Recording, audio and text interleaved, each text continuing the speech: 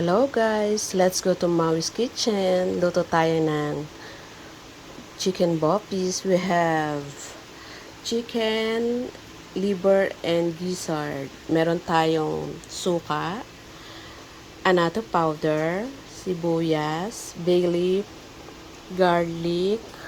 Yan, may paminta rin tayo, cubes. Ano yan? Chicken cubes, carrots, white radish, bell pepper, at saka siling haba. Pinagsama ko na. And since wala tayong sili, gagamit tayo ng chili oil. May oyster sauce, butter, and magisarap. Let's do cooking, guys.